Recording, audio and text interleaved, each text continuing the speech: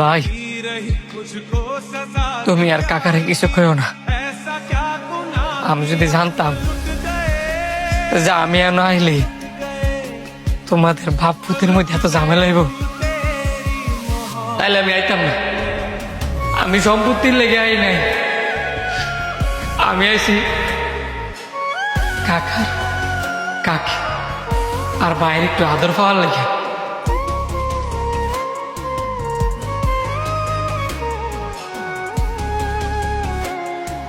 কাকা তুমি আমার মাফ করে দিও, আমি আর কোনোদিন তোমাকে বাইতাম না। খারা তোর বাপ নাই তো কি হইছে? আমি তো তোর কাকা অন্য বাচ্চা আছি।